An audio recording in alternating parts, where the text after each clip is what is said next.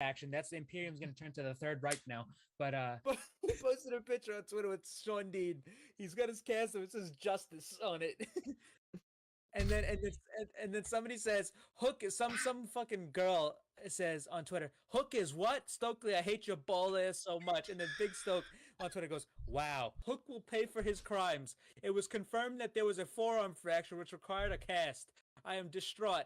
I rolled dice with my left hand, so I'm please don't make me sue this company, Tony Khan. Please, you know that a portrait of your father that's hanging in your office? Well, once I own this company, I'm replacing it with a big-ass photo of James Brown. Yep. Every time you see the Godfather of Soul sweating in drug-fueled rage at the Apollo, you're gonna think of me. Sounds pretty miserable, bro. Do the right thing. Punish this little bastard Hook and write me a fat check. By the way, here's a photo of me with my best friend Al Sharpton. It means absolutely nothing, by the way. Blushing face. But somebody tweeted, he tweeted, Hook is a piece of shit, and then somebody tweeted this. Some woman, I dated a 5'8" guy who taunt every jack. Oh wait, I dated a 5'8" guy who taunt every jacked. 6'3" bro he met until they pulled their first back to beat him up. Whereupon my ex would go, hey, come on. I'm a little guy. I'm just a little guy. No, it's just also my birthday. I'm a birthday boy. It somehow always worked. And then Stokely just quote tweets it. Fuck you. Tony Brown. Guys, so, just a few more minutes. And then we'll be starting. So yeah, just a few more minutes. We'll be starting up real soon.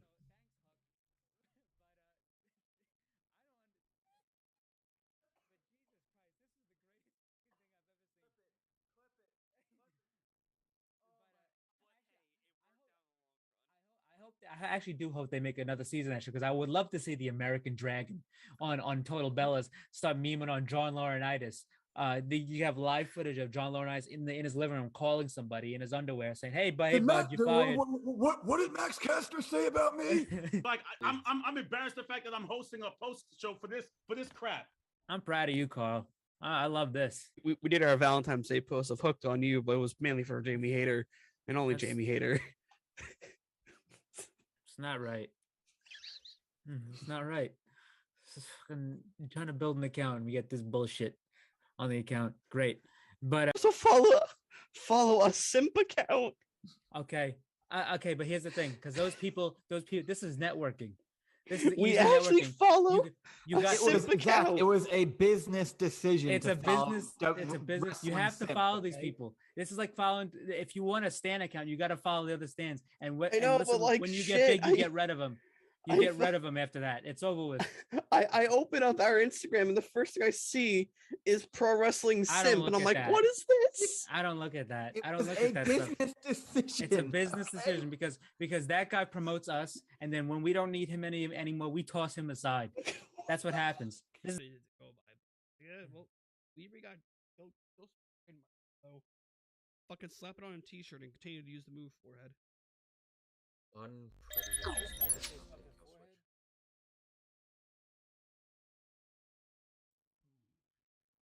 Hopefully this is It's Wednesday, guys. You know what that means. It is time for your weekly dose of the Pro Wrestling Injection right here on the Sports Hit List by the fans. Not on the Sports Hit List. I did this first time in a long time. I messed this up. Right here on the Pro Wrestling Injection YouTube and Twitch. It's been a long week. Very little to talk about. We're also gearing up because remember, next week we won't have a live show. We will be at Arthur Ashe for Dynamite. Without further ado, I am the Outlaw of Long Island. That is the Goon himself, Christian. He is our news guy. So hit us with some of that news. Yeah. So basically, very very light on like just news around the wrestling world. However, there was a couple things that happened. Number one, today we got a little report from PW Insider that Edge, his name has been taken off the internal roster for WWE, which that doesn't mean so just clearing things up. there is the roster page that you can go look up on WWE.com, and he'll still be there. But the internal roster is very, very different. So the internal roster is basically how WWE structures their things. So like basically, for example, they have their number 1, 2, and 3 baby faces on SmackDown, and 1, 2, 3 heels on SmackDown. They do that for Raw, SmackDown, and NXT. So for example, the number 1 heel would be Roman Reigns on SmackDown, and the number 1 babyface on SmackDown would be LA Knight, and then so on and so forth. Like Raw would be Cody Rhodes for the babyface, and for the heel, uh, it would be Walter or Gunther, excuse me. So Edge has been removed from the internal one, which that's a telltale sign that he might not be coming back, or he might be AEW bound. There was another report right before Dynamite went on the air that he might have been moved off of a talent one and put on like not a managerial one, but like it's one where it's like not it's non-wrest like maybe like part-timers slash non-wrestlers. So like Cena, It's the Titus alumni. Owen. Alumni. Yeah, no, not really. It's more like part-timers or like guys who are more managerial roles now. So it's like like John Cena, Titus O'Neil, um, Molly Holly. So people that don't wrestle as often, but still do every now and then. It's still the So alumni in a way. kinda, but I it's. can I check mean, right now it's. just the overall say. What do you mean? No, on the website? Yeah. No, I'm not talking about the website. I'm talking about the internal roster. Well, no, I'm talking about like if he's been moved to the alumni page yet of the No, he hasn't, and and he won't be. And until that's something. and that unless he shows up somewhere else. It's the same thing that happened with Mercedes Moné. She was not moved off the WWE roster until she was seen at the Tokyo Dome. So internally, it's the same thing that happened with Mercedes. She was internally moved off, and then she showed up somewhere else. So, I mean, it's obviously a big show coming up for AEW next week in Grand Slam, and that's a destination spot for him to debut. However, it has been said that his deal isn't up till end of September. I mean, the 20th is basically later end of September, but if not, they could just do it at Wrestle Dream if it's not up yet. Yeah, of But course. but I thought like but, I thought I misheard Christian's promo tonight, so I thought I thought he didn't say Luchasaurus. I thought, oh, okay, cool. He's probably gonna work something with that. yeah, that would have been something. What a Yeah. fucking guy this is helping this guy.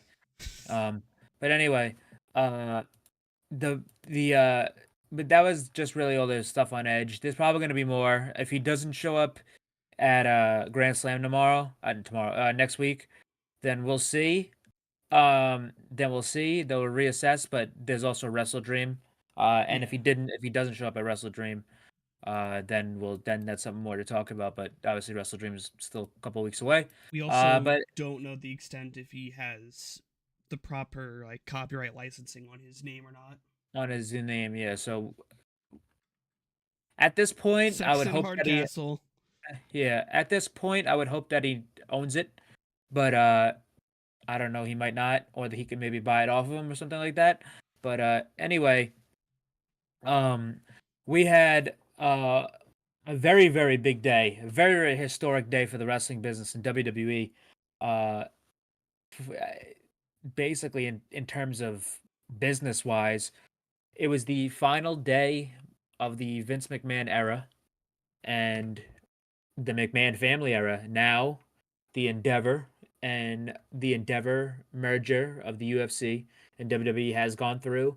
They were all at the stock exchange, the New York Stock Exchange yesterday. They had Vince there, Triple H, Dana White, Ari Emanuel. They even had some talent there like Montez Ford, Bianca Belair, Daniel Cormier was there. Gonna be Uh, honest with you, when I saw the photo, I didn't see Vince at first until someone pointed it out. Man looks like not himself. Talk but about the worst dye job in the history of dye jobs. Yeah, so the company is now called the merger the group holdings company is called TKO. TKO. TKO, they got a logo, they have their own custom belt. But yeah, so basically they said UFC. I mean, we already went over this back when this was originally announced, but Yeah. the UFC and WWE. The cool thing was outside of the stock exchange, they had a two big giant UFC title, the UFC title and the Universal Heavyweight title. Mhm. Um, but yeah, it's finally gone through, and Endeavor now owns the WWE, and it's a new day for WWE. It's very very I mean, we're gonna have to see what happens because you're not gonna see like an immediate effect afterwards. But there was interviews that were conducted afterwards, mostly by Nick Khan, that were somewhat newsworthy. That he did say that there was two big parts of what answers he gave during these interviews. Mhm. Number one was that if a UFC talent, which is obviously very different than a WWE talent, because obviously UFC fighters don't have the longevity that a professional wrestler would have. Uh, that's just basic knowledge. Uh, there's something he said that a fighter could prolong their life. Well, not like live, like not like their living life, but like prolong their famous life within WWE after they're finished with the UFC. And he didn't say in terms of being a wrestler or being like a just moving on and being like a WWE talent, but maybe like a I mean it could be a wrestler, but also like an on-screen personality or a manager or something to do with the WWE. So for example, if Conor McGregor retires, he could do something with the WWE now, and nothing would really have to. I mean, it's owned by the same thing, so it's not. You don't really have to get through anything. Yeah. But yeah, that's I mean, obviously, that's not going to be like a big thing. I do expect to see some sort of crossover, if there's like a big pay per view coming up for the UFC, like for example, like John Jones Stipe Miocic coming up. That's a big giant fight. I wouldn't be surprised if uh in the crowd on a Raw they'd have John Jones sitting there, and then like they point to him, and then they do like a mini angle with somebody, or like or they have like him and Stipe Miocic uh um if they're cool, like manage a person for the night, and then they have a wrestling match, and then they'll be in their corner. Stuff like small stuff like that. Yeah. But I think I do even expect to with see some Brock, crossover. this would be a big help too. Yeah, it's like I do expect to see some crossover, but nothing too major. Like you're not gonna fucking see Conor McGregor versus Roman Reigns, even though that'd be big money draw. You're not gonna see that right out the gate. Um, but I do expect to see some stuff. But it's something to keep an eye on. In the video package that they put together, uh, they say that but it's just basically combining the forces of both fan bases. So we'll see how it turns out. Even though both fan bases are marginally different people. Yes, that's the thing too. The UFC and WWE fan bases are extremely different, and that's also another thing I wanted to mention, that the UFC fighters and the WWE wrestlers are extremely different as well. I mean, how many times have we seen? Sometimes it does work. I mean, you got outliers out there, but how many times have you seen a UFC fighter or an MMA fighter go and try professional wrestling and fail? But sometimes it does work. I mean, you got your filthy Tom Lawlers of the world. Yeah. You got your Marina Shafirs, your Ronda Riddles. Rouseys, your Shayna Baszler, Matt Riddle. Um, but yeah, sometimes it works out, sometimes it doesn't. But it's not like, and that's the thing too. Not every UFC fighters are gonna be able to do this too, because there's some people like that are UFC fighters that you cannot control. Yeah. Sean Strickland just won the middleweight championship from Israel Adesanya at the last UFC pay per view. I'm gonna tell you right now, if you put a microphone in Sean Strickland's hand, you might as well just fucking blur out the next 10 minutes of television and turn off the volume, because this company could not, in a landscape of a PG product, this company wouldn't be able to withstand 3 seconds of Sean Strickland on the microphone. There's gonna be some guys that are gonna be able to do it. I wouldn't be surprised if you saw like an Israel Adesanya take a shot at it, or a Jorge Masvidal, who we've already seen on AEW a couple times. But some guys just ain't gonna work like that. Yeah, So it's like well, both like Strickland and McGregor, they're gonna have to keep their finger on the button if they put them on like anything close to a WWE TV. yeah, so that's a kink they got to work out, because that's gonna TV 14. end up being Let's go. that's something that you got to be careful with. But anyway, the other thing that Nick Khan mentioned was he was asked a question about none other than fucking Phil Brooks, CM Punk, and basically he gave the Future business endeavored him. answer. Yeah, He gave the business answer, but let me tell you something. If that didn't sound like he got Future endeavored before Punk even had the chance to even try to come back, boy oh boy. I have the quote right here. So the quote from Nick Khan was, "Listen, we only have respect for Phil. We appreciate his run here. We appreciate what he did and tried to do with the UFC. Not many people can actually get in there and do what he did. So when we have when we have respect for Phil, we wish him nothing but the best." What that sounds to me is, yeah, thanks, but no thanks. That's really all that really spoke to me. Yeah, Um, there's no shot like dude's going to the Fed in this case. I mean, I mean, that's a Nick Khan answer. Obviously, if Endeavor wants to push it through, they can. However, I don't see it happening anytime soon. Yeah, like I especially with how the locker room perceived him, like even last year with Seth Rollins being like, it took you guys this long to realize he's an asshole. Like, come on, like. But anyway, I guess the last thing about the TKO withholdings, uh,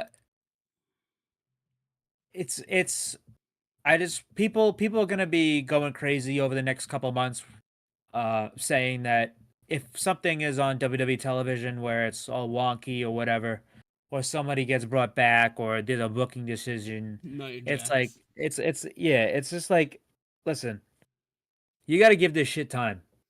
This shit is not gonna. If you see somebody come back, or if you see a wrong booking decision, I mean, you're not gonna be going and yelling at Ari Emanuel, or "Oh my God, Endeavor wanted this," or "This is a product of the new merger." It's not how it's gonna work. Yeah, I can I can agree. It's not how it's gonna work. Endeavor, who already owned the UFC, has been extremely hands off with the UFC. And what I feel like is going to happen here is that all this was just a big press thing. Obviously, they need to do this because it's a business, but they're going to be extremely hands off with the WWE as well. Mm-hmm. There's going to be a crossover, which I mentioned, but Dana White, even in the like video package that was put together for it, he says, "We're going to do our thing, and WWE is going to do their thing." It's people do not have to worry. It's really not going to be a thing where it's like where anybody's going to be in trouble or stuff like that. It's they're not going to have their hands in the cookie jar. It's really, they're just going to leave them alone. they're just going to own it now. So you'll see stuff on the business end of things, but first with just just in like the first fucking realm, in like the first dimension, if you're a casual WWE fan, or if you just want to turn on the channel, watch WWE, watch the pay-per-views, you're not really going to see that much of a difference. So Yeah. that's really all it is. All right, that's. I think there's nothing else to cover. Yeah, that's it. The only thing announced from New Japan is this is a great match for the Destruction Tour. We got on the Destruction pay-per-view, we're gonna have Kazuchika Okada, Tomohiro Ishii, and Hiroshi Tanahashi defending their never open weight 6-man championships against Josh Alexander and the Motor City Machine Guns. That's a fucking really appetizing matchup. But that was the only thing New Japan announced. But that's fucking holy shit. That's a great match. Yeah. All right. Loading up my phone so I can see the notes that I took. Okay, we open up tonight's show with Big Bill taking on Jon Moxley for the international title. During this match was really good during the picture in picture, which is goddamn it. Mox got busted open, and Big Bill used Mox's blood as lipstick at one point. Yeah, that was a little jarring. I didn't know what that was about. Very very strange there from Big Bill, but it was funny. It was. But what's it called? I mean, the match was very good. I really enjoy. Listen, I've sat on here and raved about Big Bill. I think this guy is fucking great. He's one of the best big men in the business. He's extremely mobile. The guy's got character. He's got charisma. He's in a great spot right now with Ricky Starks. He's attached to a guy who's very very good, and he's gonna benefit from it. And I just thought this match was great. He brought it to Mox. I mean, he bloodied him up. He seemed like a worthy challenger. He's challenged for the international title before, back when he wrestled Orange Cassidy. I think he did twice. But yeah, the guy is just extremely good. Ricky got involved. He pushed Mox off the turnbuckle. And Brian came out. And Bryan Danielson ran out to fight off Ricky Starks. Jon Moxley ended up tapping out Big Bill with the triangle choke, and to retain his international title. I thought this was a great match. I started getting PTSD flashbacks when I saw Big Bill go after Brian. I got the greatest Royal Rumble, the greatest Royal Rumble. Which is funny enough. The reason why Bryan Danielson in that match had so many chest hand marks on his chest was because of Roderick Strong. So, because Roddy was in that match. Yeah, it was just like a. But yeah, so Mox picked up the win. Pretty much the BCC came out to warn off Starks and Big Bill. Yeah, Claudio came out. Yeah, and they just fought off Big Bill and Ricky, and very very good stuff. Oh yeah. After this, we had Roddy and Renee backstage, just like Roddy really sewing up this neck thing. Roderick Strong might be the greatest wrestler that's ever lived. Beautiful storytelling right here. I don't make the rules. It's just I'm happy for him, because the fact that this guy, if you would have told me earlier this year that Roderick Strong of all people would show up in AEW, which I was expecting anyway, whenever he got out of NXT, that he was going to be involved in a main event angle and be one of the best things on television, I would have said that's fucking crazy. But this guy's one of the best characters on wrestling television right now. And he finally found like something that works in a character for him, because that was always the biggest gripe of his career, that he was just like generic white guy. Default. He's just the guy, and he was always great. He was great at being the guy, and even in Undisputed Era, he was a dick, but he was just a guy. Yeah. In the group, but now he's just got a character. He's fantastic. He's playing his role perfectly. He's involved in a top angle, and just great stuff. But Adam Cole walks up. He tries to resolve this shit with Roddy, but they're like, you know what? No. So he doesn't want to hear it. He doesn't care about his neck health. He just cut a promo on Joe saying he's gonna break his back and become the winner of the tournament, and then he's gonna break MJF's back and become the new AEW World Champion. Just to stick it to Adam Cole, because Adam Cole, I mean, this guy is stressed out. His friends are fighting, and I don't know. Yeah, I just can't wait to see what happens at Arthur Ashe, how everything plays out, especially with how the main event went down. Next up, though, after this, we had Don Callis coming out to Tony Schiavone, this absolute fucking guy. Almost threw up in his mouth trying to. Tony Schiavone had to take a swallow before Don came out here, but Don Callis shows up. He comes out with Takeshita, and there's the easel on the thing. He promised to reveal it, but he says, "Listen, when you beat Kenny Omega not once but twice, you are not the ace. You're the alpha. Well, So no, now it's the he Alpha. said Ace a lot, so I thought he was gonna go after. Tanahashi. Yeah, Yeah, that's where I was going because he said, but I do remember he did this with Omega, where even when during Omega's Impact run, he would say he's better than San Martino, he's better than Gotch, Gagne, Hogan, Austin, everybody. But he was going down the list too with Takeshi, all the Japanese legends. Better than Ricky Dozan, better than Tenryu, better than Misawa, better than Inoki, better than Okada. Okada, better than um, Kawada. So he was going down the list of all the Japanese greats. Uh, and he also he said better than Omega, but then he called him the Alpha. Now it's the Alpha to Konosuke Takeshita. They had streamers go in the ring for a celebration. The white ones just looked like toilet paper was Toilet being I thought it was toilet. I thought it was toilet paper from him. What the fuck? But then he unveiled. But he's like, listen, Kenny Omega, we're not gonna just beat you up. We're not just gonna pin you. We're gonna butcher you. We're gonna take your soul and we're gonna take your heart. And who's the heart of Kenny Omega? Well, it's a former IWGP heavyweight champion, and he ran down his accomplishments. I knew who it was before because once he said, "We're gonna take your heart, Yeah, Kenny," I'm like, it's okay. Yeah, okay.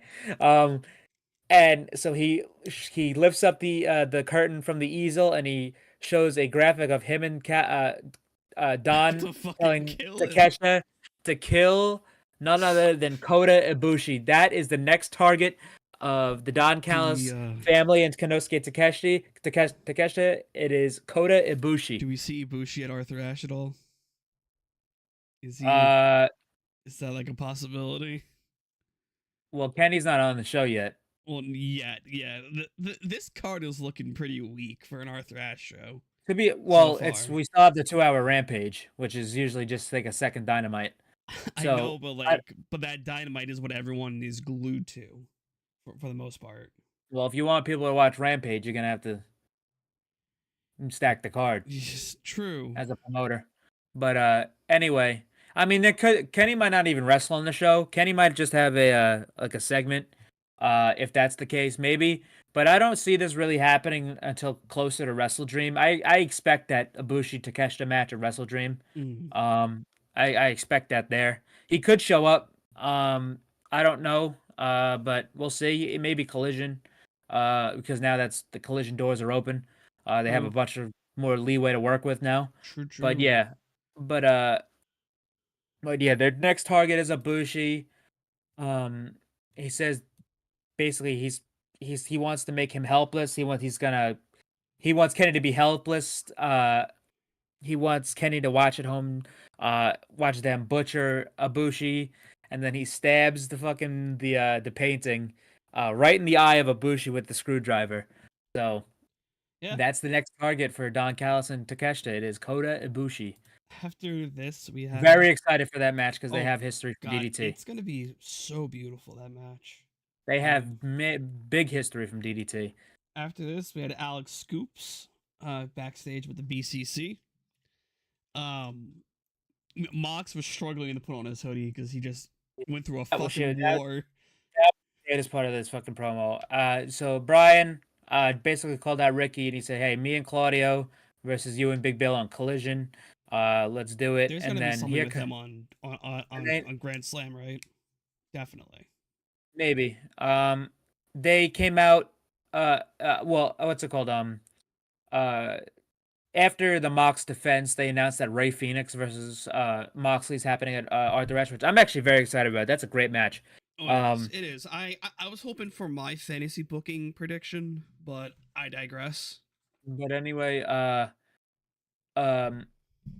Ray Phoenix shows up with Penta and Alex. He's trying to get out Moxley. Brian's yelling at him, but in the background, all of a sudden, fucking Eddie Kingston spawns in. Him and Claudio are staring each other down. And Eddie just says next week and starts laughing, and that has been confirmed. That was confirmed over the week that it is going to be title versus title. at Arthur Ashe. So whoever wins that is going to be leaving with the Ring of Honor World Title and the New Japan Strong Do you Openweight think it's title. going to be Kingston? I do, but there's also a very, very valid case for Claudio to win, because I wouldn't be surprised if Claudio did more New Japan dates. It's a guy. He says he wants to do a G1. He has one. He did go over with Mox and Yuta that one time. Actually, not Yuta, Mox and Shooter. And so Claudio's definitely expressed that he does wants to do more with New Japan. So I could see it being a shock victory. But yeah, I'm very expecting Kingston to win there. But yeah, after this, Yeah, we had Hook and Orange Cassidy. Hook was being interviewed by Renee, and all of a sudden, Orange Cassidy walks up. He's like, "Hey, I mean, I saw this I was interview walking going by. down over here. Uh, you have a title." I was like, "I used to have a title," and then Hook's like, "You were a great champion." He goes, He's like, thanks. "Thanks." And he's like, He goes the fist bump. Hook He's like, walks away. They fist bump. Hook walks away, and Orange Cassidy reiterates that he is very, very fucking Well, tired. no. So just Renee goes, "How you doing?" And Orange goes, "I'm still so tired." Yep. And she goes, I understand, buddy. After this, Yeah. we had the female fatal 4-way. Yeah, Toni between Storm. Toni God Storm, damn. Toni Storm, Nyla Rose, Saraya. Hikaru, no, No, not Saraya.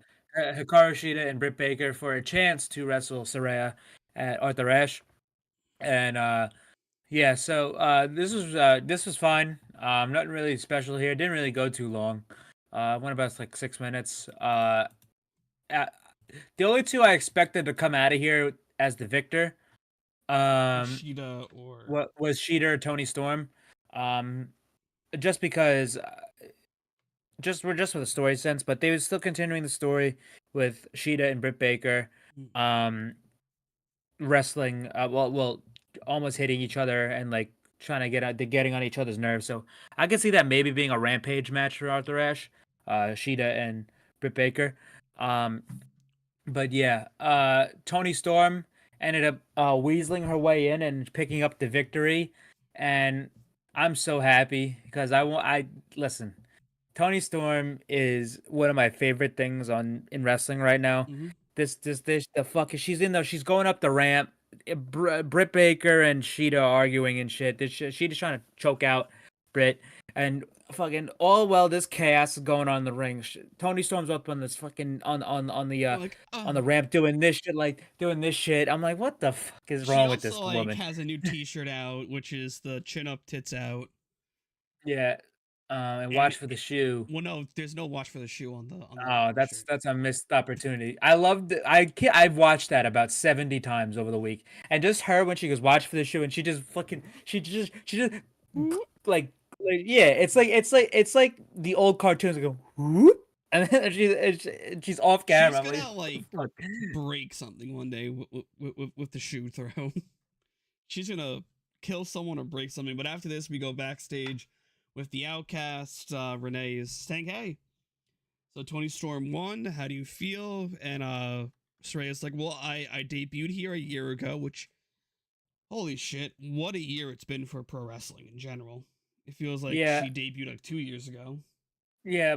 So she's basically just talking about how Toni lost her top spot. She lost her belt. She lost her family, and she lost her mind.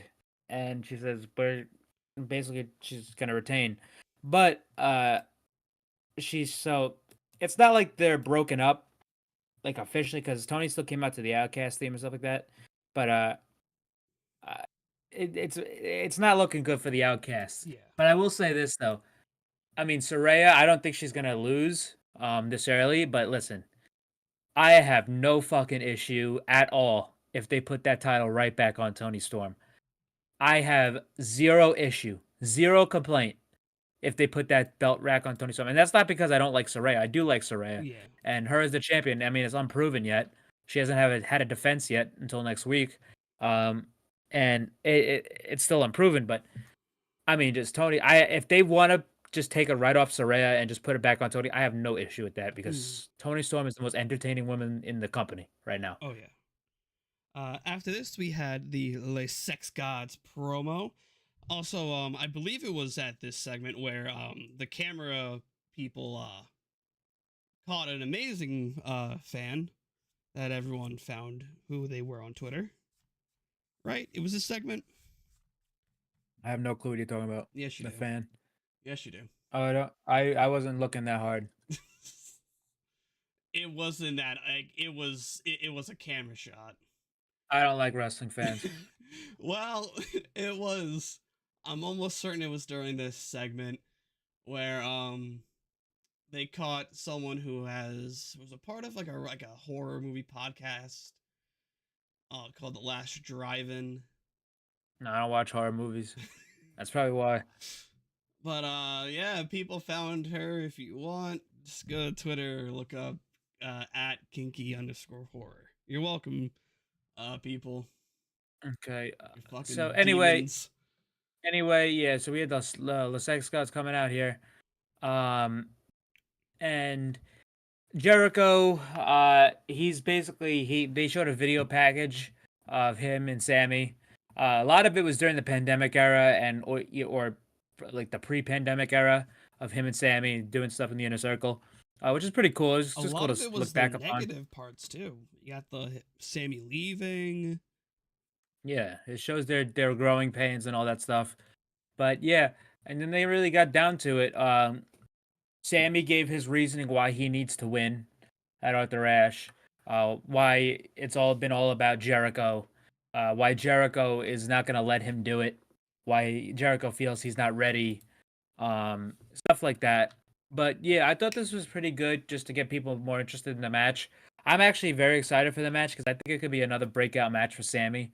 And what I think this is happening, what's gonna go on here eh, I mean, he ended the promo where Sammy's like, I'm gonna beat you, I'm gonna do this, and then we're gonna go win the tag titles. And what this says to me here is that uh and they got in each other's face and stuff like that, but it's more like a friendly rivalry type of thing. It's not Yeah. like they're trying to kill each other. But Jericho, I think Sammy probably wins. And then Jericho is so fucking bitter and he can't help himself that he ends up beating the shit out of him and really kicking off the feud because I don't think this is just a one and done. I really think this is like literally the we haven't even got to the apex of the feud yet. I think this is going to be a lot more than this. I think Samuel beat him and then Jericho will fucking probably lose his mind.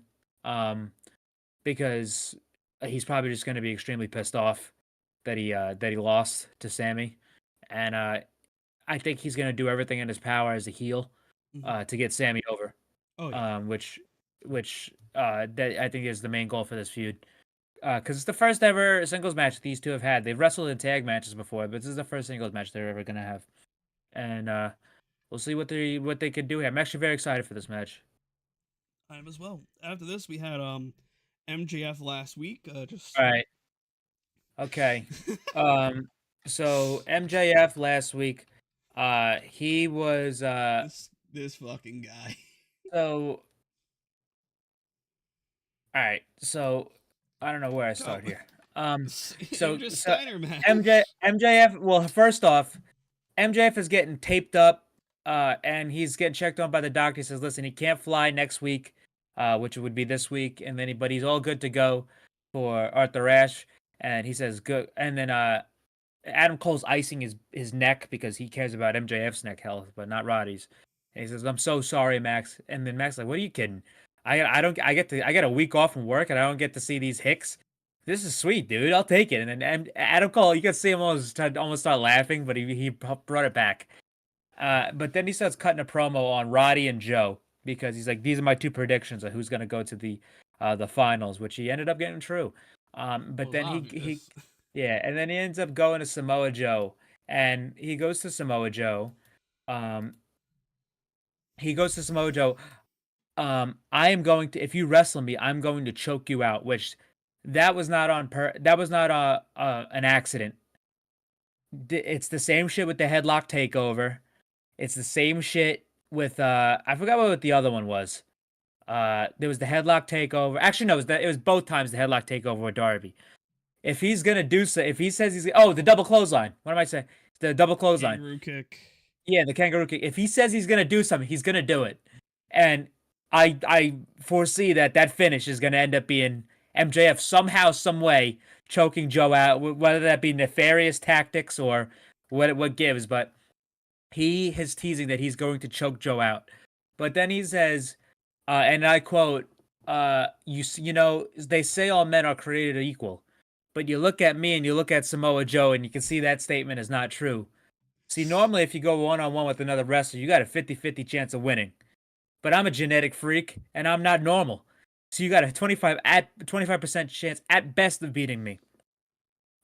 Then you add Adam Cole to the mix, your chances of winning drastically go down. See the three-way at Grand Slam, you got a 33 and a third chance of winning, but I got a 66 and 2/3 chance of winning because Samoa Joe knows he can't beat me and he's not even gonna try. So Samoa Joe, you take your 33 and a third chance minus my 25% chance, and you got an 8 and a third chance of winning at Arthur Ashe. But then you took my 75% chance of winning if we was to go one-on-one. But then at 66 and 2/3%, I got a 141 and a third chance of winning at Arthur Ashe. See, Joe, the numbers don't lie, and they spell disaster for you at Arthur Ashe. So that's what MJF had to say. God. Completely, that was might have been the promo. I've never heard of that. That promo, that type of math, I've never heard of ever. I've never heard that. Breaking the fourth wall here. I want to know how many takes it took for that. I guarantee that probably took one. No. He's that good. What do you mean? No, he's that good. Because it's just all it is memorizing a song basically. Well, if you look up the promo, because you're gonna probably have Renee breaking, you probably have Adam breaking. Listen, those two are professionals. Not Renee. Renee's almost broken twice. I'll tell you what though. If you go look up that promo on Google, it takes you to a fucking Genius page. Geniuses for music and songs. They have the Steiner Math promo on Genius. Because I found out that the Steiner thing was not done in one take. It was done. Oh no, yeah, that so many. Yeah. I think Petey Williams. Yeah, Petey Williams did an interview about that because Petey Williams was fucking losing his mind. I have a feeling. I hope that took like 2 or 3 takes because I could just see that Renee's probably losing her mind. Probably Sanjay Dutt, who's like the producer of this segment, probably was losing his fucking mind. Bro, if you listen, if you watch AEW, you could hear Sanjay in the background losing his fucking shit. And they don't even try to they don't even try to hide it anymore. I just hope that this took a few takes and they had to tell like Dutt to leave the room. Okay, so after this we had after this we had Brian Cage with Prince Nana versus Hangman Adam Page. Number 3. Yep, number 3. They wrestled back in May on Dynamite back in the pandemic, and I also wrestled on Double or Nothing, which was the first pandemic pay-per-view in Daly's place with full fans. So there was that, but they haven't wrestled in a while, and they had a good match, very very good match. I mean, all their matches have been great. This is like a very underrated trilogy in AEW, but these two guys work well together. I thought it was great. There was a spot where, well, not a spot, but there was a part where Hangman got some of Brian Cage's face paint on his pec, and it literally looked like he had a fucking torn pec. I'm like, holy shit. But yeah, there was a crazy spot where Hangman did a 619. Yeah, and then he was like, yeah, maybe I'm not doing that no more. But he tried to go for the buckshot, couldn't get it. There was a great sequence where Hangman went for the buckshot.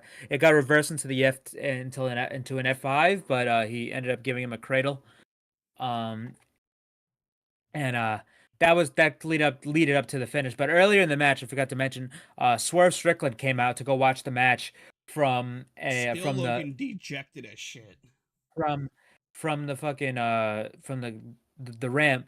But as soon as his music hit, they cut to Nana fucking doing this shit. It literally, he looked like he got possessed when the song came on. He just started going like and It's you can become see a him on the trend. outside.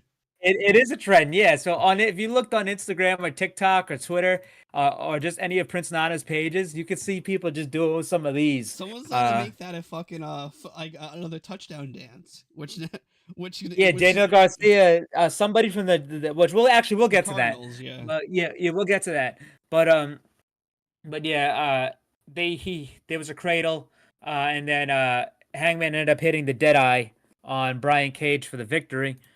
After the match, Hangman got on the mic, called out Swerve Strickland, and he said, "Listen, if you want to do this, come down here like a man and come do this." And Swerve's like, basically, "No, we're gonna do this on my time."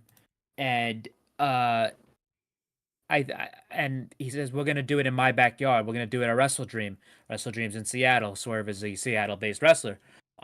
So that's been confirmed. We're gonna get Hangman Page versus Swerve Strickland at Wrestle Dream, and I am extremely excited for that. That is a sleeper match. But yeah, I'm very excited for that. Brian Cage, but yeah, Swerve called on Brian Cage to attack Hangman from the outside. He attacks Hangman. Nana starts doing the fucking dance again. He starts doing the dance, and here comes the Young Bucks. They super kick Brian Cage. Nick Jackson's is behind Nana doing the dance, and Nana's dancing for so long. It's like they're waiting for Nick stops dancing and he turns around because it's like, this guy's not gonna stop. We're not gonna be able to get to our spot. And then Matt's like, "Yo, Nick," and then they ended up super kicking Nana, and that means we're probably gonna get Hangman, the Hung Bucks versus probably Swerve and the Gates of Agony, or Brian Cage and the Gates of Agony. A mixture. But yeah, they're gonna say Swerve and Hangman for Dream. Yeah. It's gonna be Brian at Gates of Agony. The Mogul Embassy. Yeah. But yeah, we'll probably get that. We get to hear which is fucking Wayward Son. Because it's Well- the Elite. well, yeah, if it's on Rampage. Not gonna be on Dynamite. Yeah, maybe. I I can think they see would that have being- announced it. No. I think they're waiting because they're probably gonna have Yeah, we'll something see. to happen tonight. Because they need, I think it might be a Rampage because they need guys for Rampage. They need names on that show to keep people there. I will not to say too much, but they're already lacking numbers and ticket sales for the show. I fully expected that. I mean, it's the law of diminishing returns. You're never gonna get the type of Well, but it's type a of- lot worse than last year. Like No, I know. No, yeah, I know. It's the law of diminishing returns. You're never gonna get the same amount of people as the first time. Even the second time. The second time dropped to, I think, 12,000. You're not gonna get it. It's just, that's how it's gonna go. Especially when they're running the New York market even more. The first time they never ran the New York market before. Second time, a lot of people. I forget how many New York shows there were, but there was a lot of shows the second time. And this year, the prices were fucking absurd. For like the same ticket price that I got the first time it had to be at least $90 to $100 less than what I got it for. So the ticket prices this time around were absurd. You got better seats than I do. I paid mine were a birthday gift, but I had paid for them. I got the money back for them. I think mine were I think overall I got like $40 to $55 for a ticket. Yeah, mine were a lot more than that. I think it was like 250 something, each. So I only got two, so it was about 500.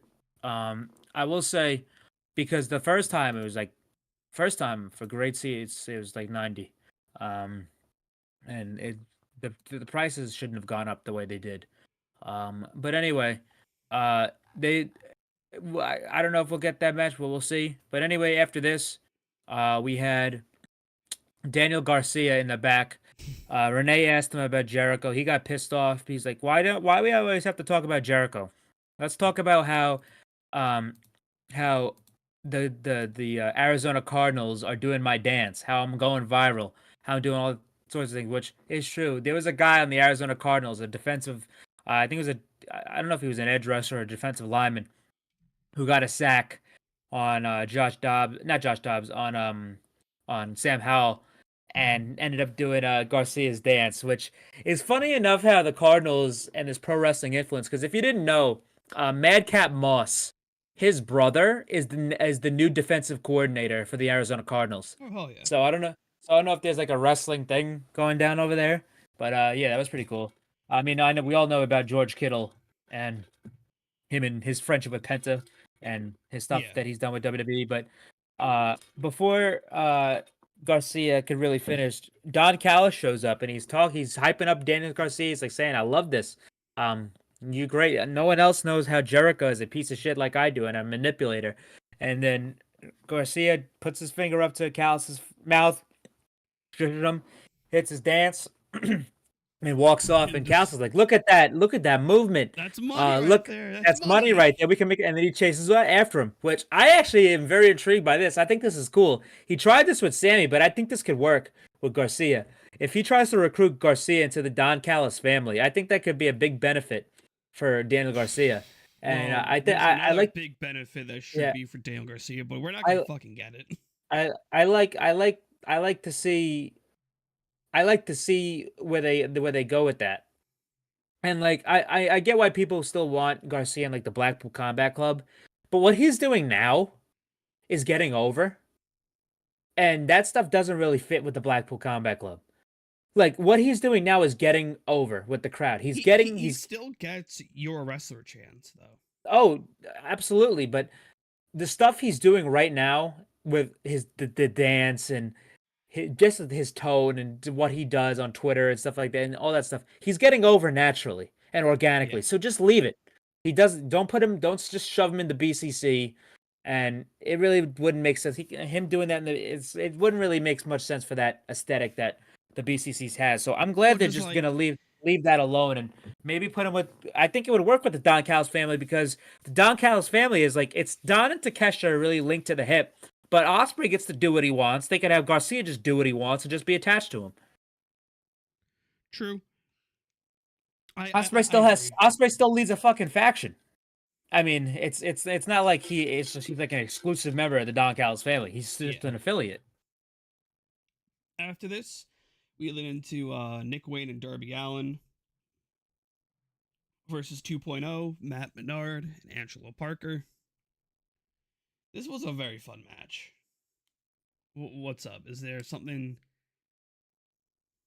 Breaking news?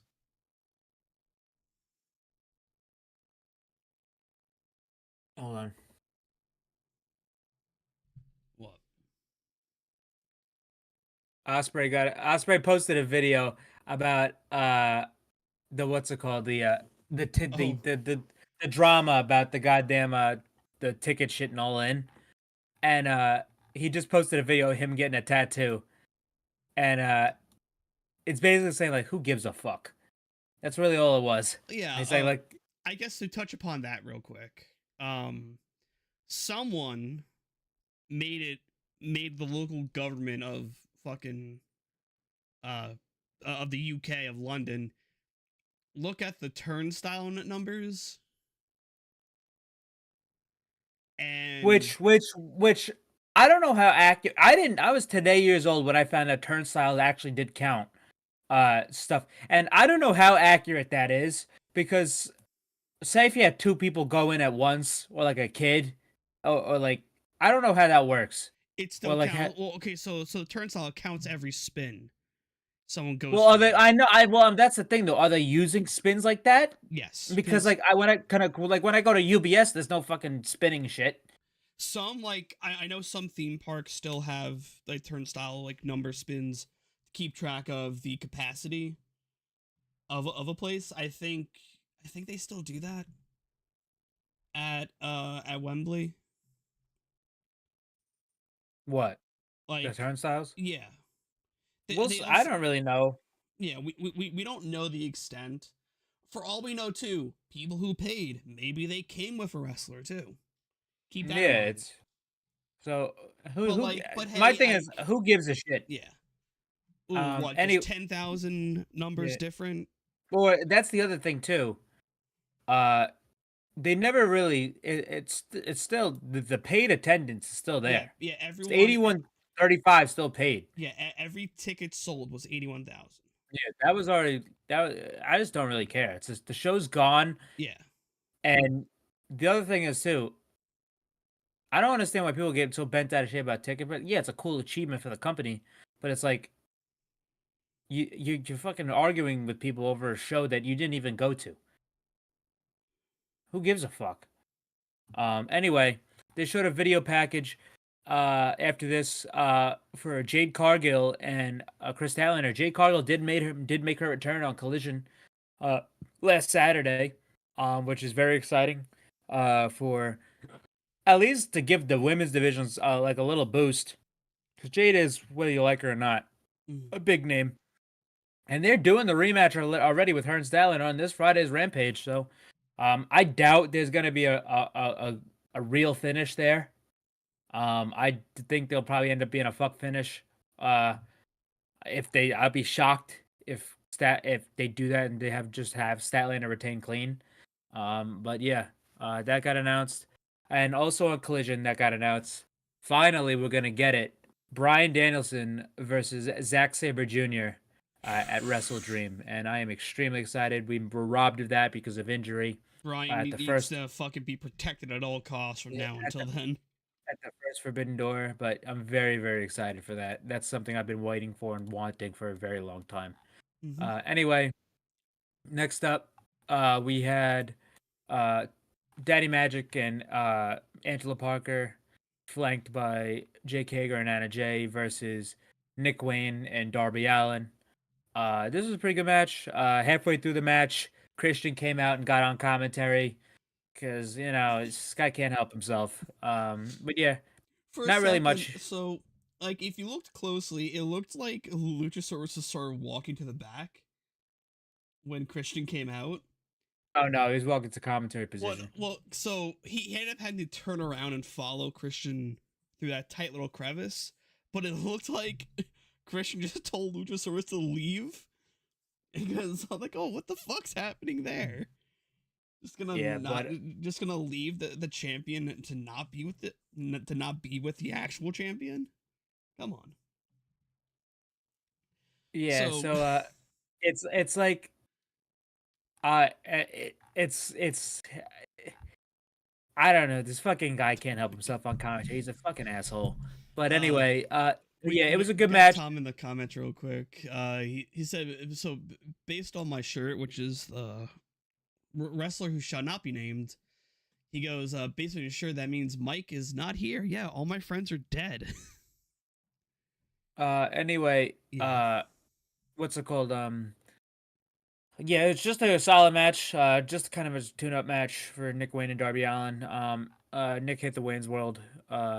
He got pulled out by Daddy Magic, and then Nick Wayne did a Orihara moonsault to the outside, and Darby Allin did a coffin drop for the win. And after the match, Christian got on commentary, not commentary. Christian got on the mic, and he said, uh, "I I'm so I forget." He said he talked about Nick Swain's mom, He and he said goes, like, "I wish he goes, hey, Nick, I followed your mom on, I found your mom's Instagram. I wish she posted more bikini pics. Don't worry, I put in a special request. And then he's talking about how he talked about Cincinnati. He's like, the only thing more embarrassing than you losing is losing to the Cleveland Browns, which I got a kick out of that. That was fucking sweet. Because fuck the I don't like the Browns either, but fuck the Bengals. The Bengals gonna get fucking slapped and shit on Sunday by the Ravens. So you heard it here first. Fuck Jamar Chase on God. Anyway, T's and P's to Aaron Rodgers.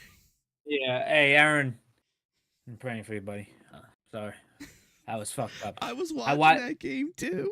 Yeah, so was I. I said I'm not watching Raw tonight for this shit, and then all of a sudden this motherfucker's down. Blew it. Ruptured his Achilles on the 4th snap. Fourth snap, and then Zach Wilson, the GOAT, stepped in and won that damn game. Fucking moms and throwing bombs.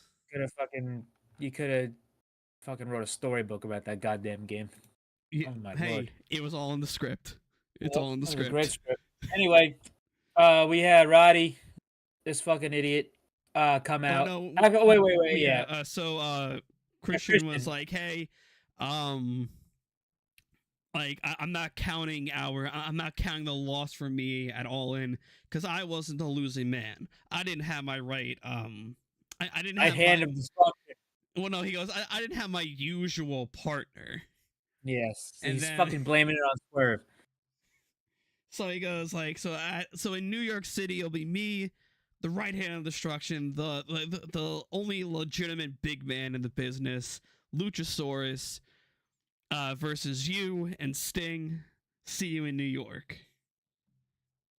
So Yeah, so we're gonna get Sting and Darby versus Luchasaurus and Christian. is it going to be in another coffin match because no, he wanted a no, rematch? They would have said that. That would have been announced. But anyway, yeah, we're gonna get that. We and haven't gotten the graphic yet to confirm it. Well, no. Well, I'm gonna tell you right now, it's not gonna be because Darby Allin's back can't handle it. Because he's been saying on social media and interviews his back is severely fucked up from that coffin match at All In, and he even posted a video today on Instagram. It's the first time he could skate today. Today was the first time he could skate because of the pain he was in for the coffin match. So I doubt he's gonna be doing another one anytime soon.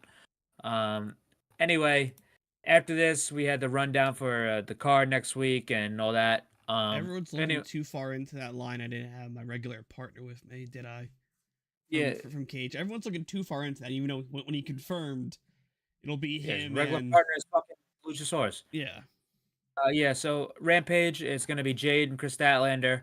Then we're getting, what else? It's Matt Sydal and Christopher Daniels versus. What was that? I forgot who was versus. It's Christopher Daniels and Matt Sydal versus. Fuck. I forgot who it was. I'll get it right here. Yeah. Like it's there, but it's not there in my head.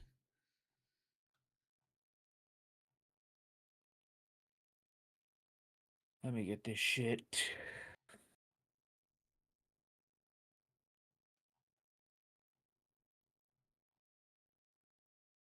Yeah, but Chris Statlander versus Jade Cargill versus for the title.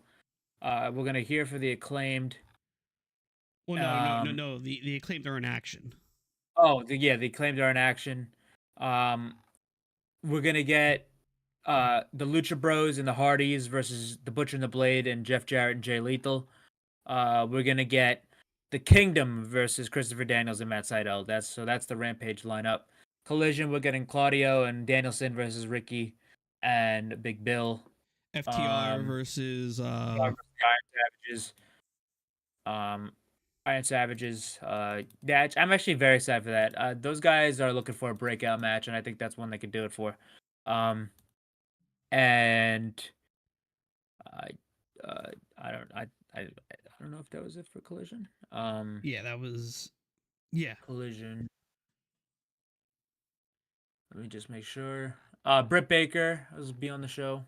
It's, I believe, in action. I think. But yeah, that's mostly the Collision stuff. Here we go, Brian. Yeah, it's just those things. But yeah, then it's time for the main event. Yep, We had this idiot Roderick Strong come out with his neck brace, with Matt Taven and Mike Bennett, the two enablers. And then we had Samoa Joe, the Ring of Honor Television Champion, come out. And yeah, they picked up right where they left off in their last match. Just great hearted. They got a long time too. They got about well, not really a long time, but the match started like 42. So, but yeah, they're working well. Just hard hitting match. Great stuff. Pretty solid. Uh, I just love the hard hitting nature of Oh these yeah. these two guys. Are two solid Ring of Honor bred guys going at it. Not really a bunch of spots you could talk about because it was just just a really great matchup. Um, Joe ended up winning with the Coquina clutch. He tapped out Roddy, and after the match, Joe got on the mic, basically said he's like, "Oh, Max." He's I got calling out MJ. flashbacks to the fucking post SmackDown after SummerSlam with "Oh Wendy." Yep. I was there for that show. Holy fuck, that was so scary.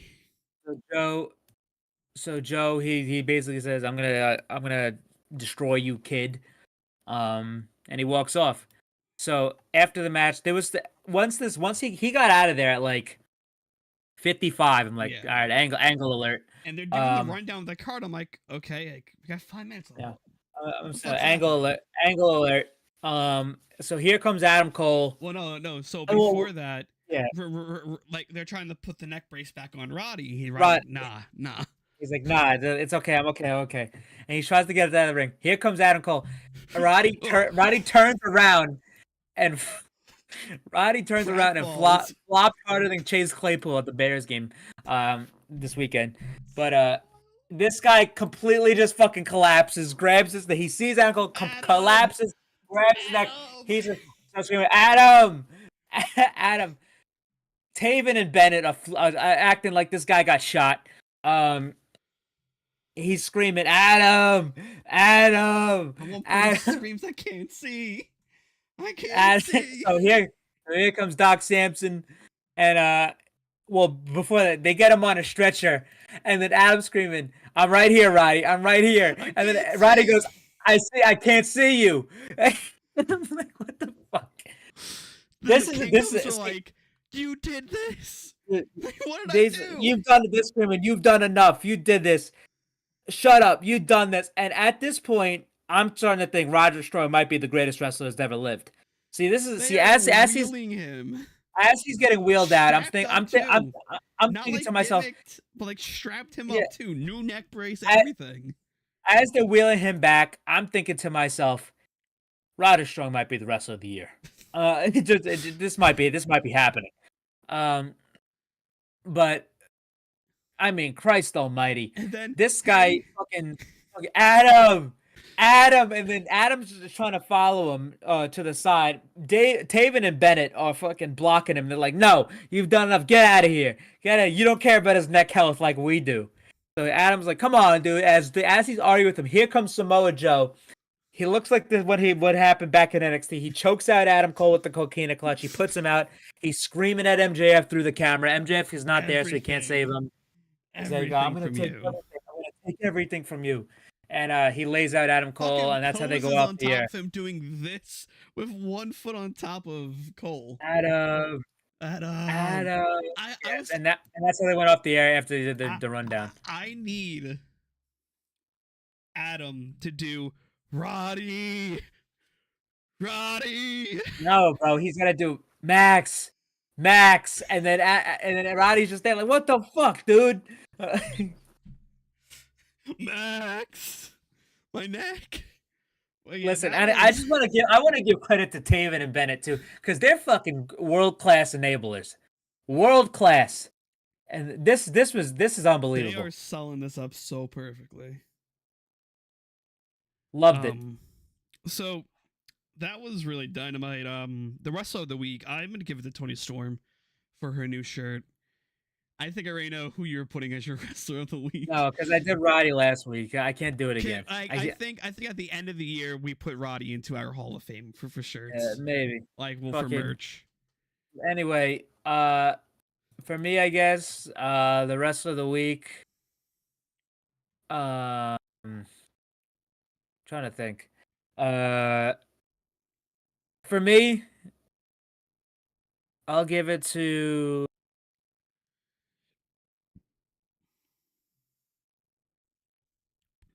I'll give it to Samoa Joe.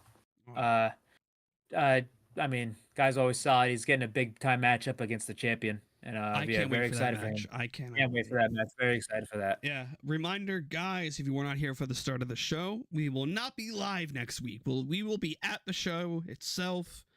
Maybe if Mike is available, we'll do like a post show for Rampage. That's my most exciting thing. I'm very excited to scream Adam. When Adam calls Adam.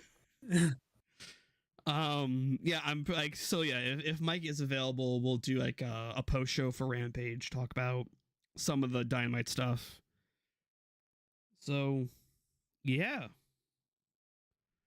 that is it for tonight, guys. We will catch you all in 2 weeks. And yeah, you got Later. this up. Yep.